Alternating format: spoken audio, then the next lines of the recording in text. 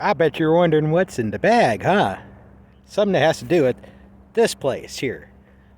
The old Purdue feed mill, which used to be the Cargill feed mill, which before that was the Agway feed mill. And I worked at the Agway feed mill for like about almost 2 years, during the transition between Agway and Cargill. The standard kind of practice of uh, no one's going to get laid off, during this, buyout. 6 months later or whatever, something like that, you get laid off. But yeah, I used to work here for like a little while. And what's in the bag here? Let me show you.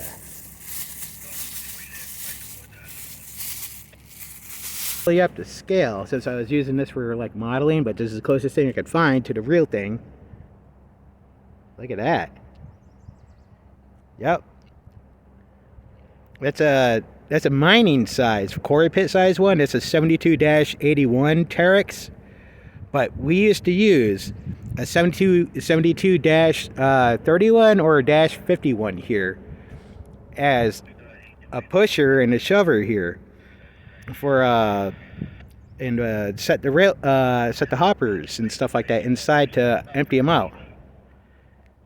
So this thing's kind of big from what it used to be, but we did used to use a green Terex here, and I was doing all sorts of stuff with it. I was even kicking cars with it, and that was pretty cool. But when we go over there, I'll walk you guys around to show you like a bunch of different parts of the. Look how janky they look on the track. It's actually probably a little bit more worse than I remember it being.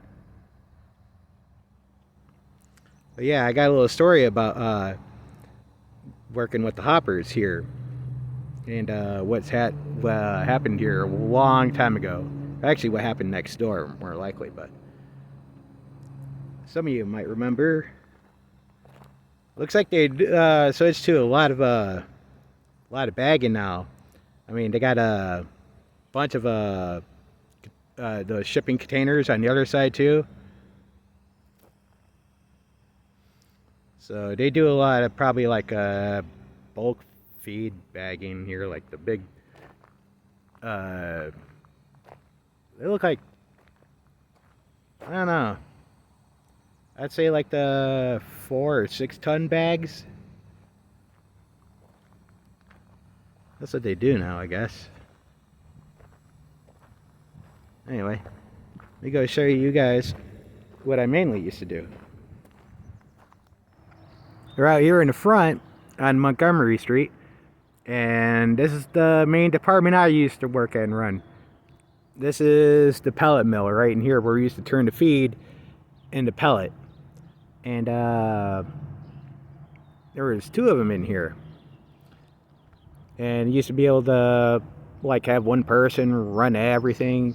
Basically just keep an eye on stuff. It like you set it to autopilot once you get the flow going, As long as nothing like a big dead pigeon falls through there or something, Something that make it seizes up or whatever then you normally find.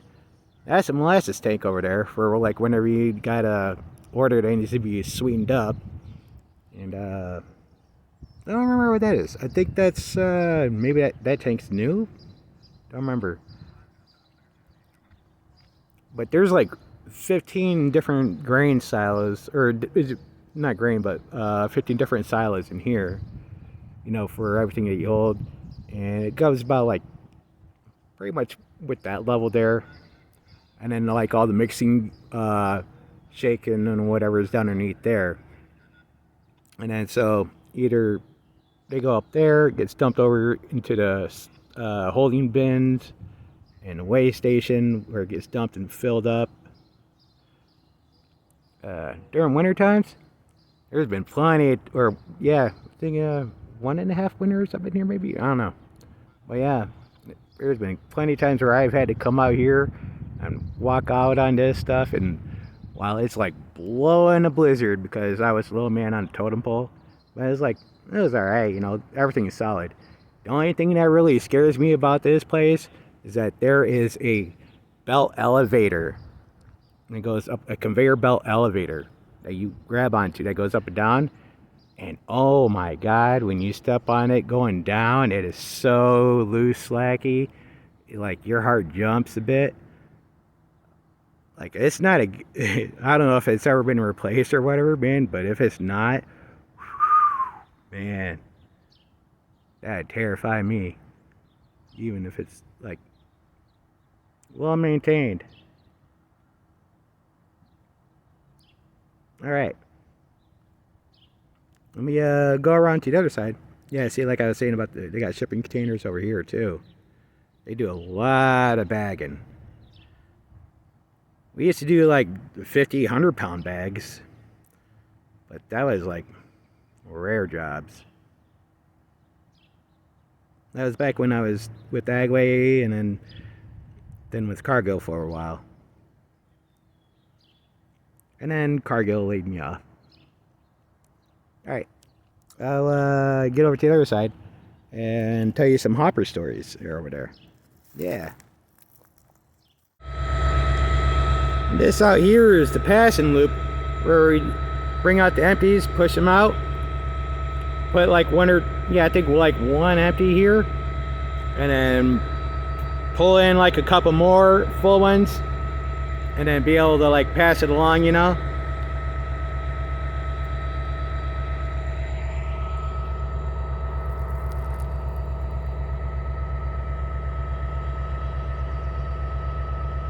And if you give it a good shove enough, it'll actually, you can actually kick the cars pretty much all the way down on its own.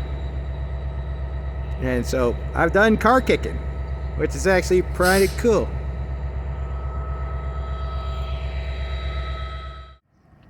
This is the back end of the dumping, loading, unloading zone here. And we used to be able to like bring 2 or 3 cars back through here, but they don't anymore. And cause that's right here now. But it really did used to go on for quite a bit. Probably like another, I don't know, 8 or 10 car lengths at least. Because there used to be a bunch of different other businesses around along here, like a couple of warehouses and, you know, like plumbing warehouses and stuff like that, for like local businesses and distributors and a few other things, but quite a few of them were like vacant too, you know. So they try to blame it on like hobos and whatever. So there used to be a whole line here with a bunch of businesses. And one day, while I was in here, just banging away on the side of a distillery grain hopper, just trying to get that stuff out. It was like it was just like a muggy day. Bad, terrible. And that stuff is worse than salt up in the bins, you know, like when there's like plenty of times because the salt wants any kind of moisture, you know, so you gotta like jam it up at like a big old rod up in there. Like we got a piece of metal that's like long ass piece of rebar. But yeah, when I'm sitting there bang on the side of a distillery grain hopper to try to get it out, I just happened to look over and like just the warehouse next door here with like 2 or 3 hoppers parked here, it was just in flames, just fire, man, just full on, just burns, like it was just roasting. There was no saving it, man. It just had like calling everybody just to keep it down, you know. It was just raging. But like as soon as I saw it, I got on the fucking on our walkie-talkies here. I was just like, fire, the next door, the building's on freaking fire. You know, so like everybody shut everything down, you know, because of grain dust and all that, you know. I asked them, I didn't think about it at the time because I was like, you know, because the 2 hoppers were like right there. And it wasn't really touching them, but I was like, I was like, no, actually, it was 3 hoppers because one hopper was like getting like licked with flames, you know. And I was like, you want me to? I was like, you want me to just pull the other 2? And he was like, no, just leave them all. I was like, all right, because I was gonna be able to pull them if I needed to, like real quick. But yeah, there goes that bit of history. Up in smoke, you know.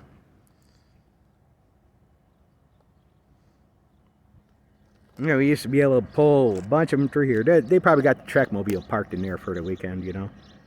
I don't know if they work Saturdays like they used to or whatever. They used to do like 7 days a week for a while. I don't know if this is a new cyclone. I don't know if it's connected to like an old cyclone. Um, I wonder what happened to the old cyclone. Maybe they took it out. It was always problematic. The feed mill cyclone, like we'd get phone calls from like the neighbors down there. They'd be like, you got dust blowing all over our cars again.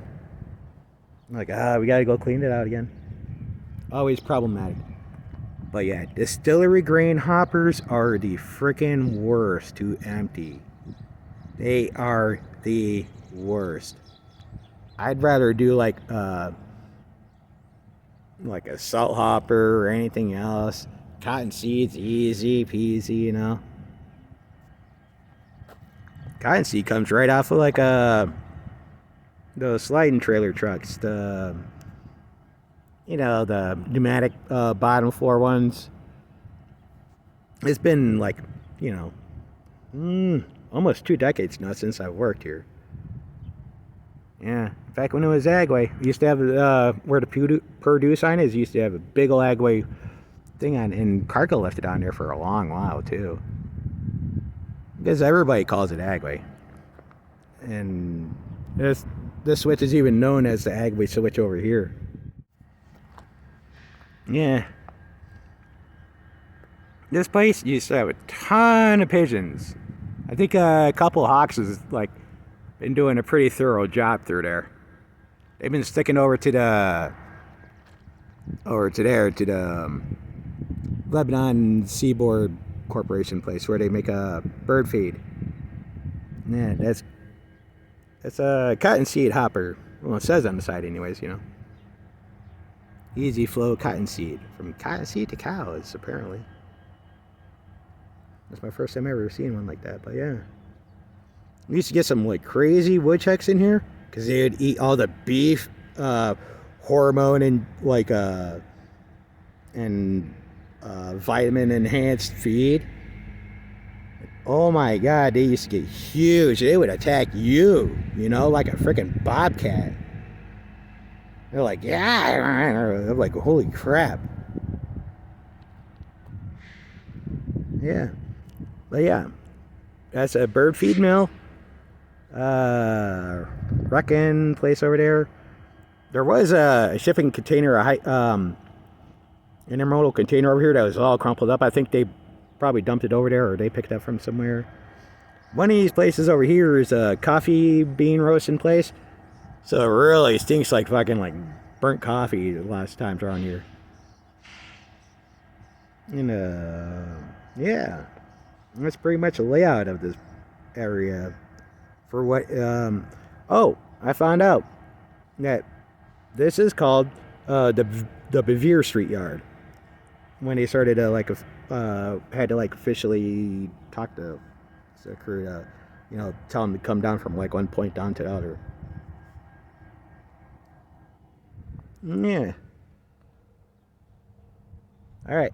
So I gotta move on. I gotta do stuff, I think.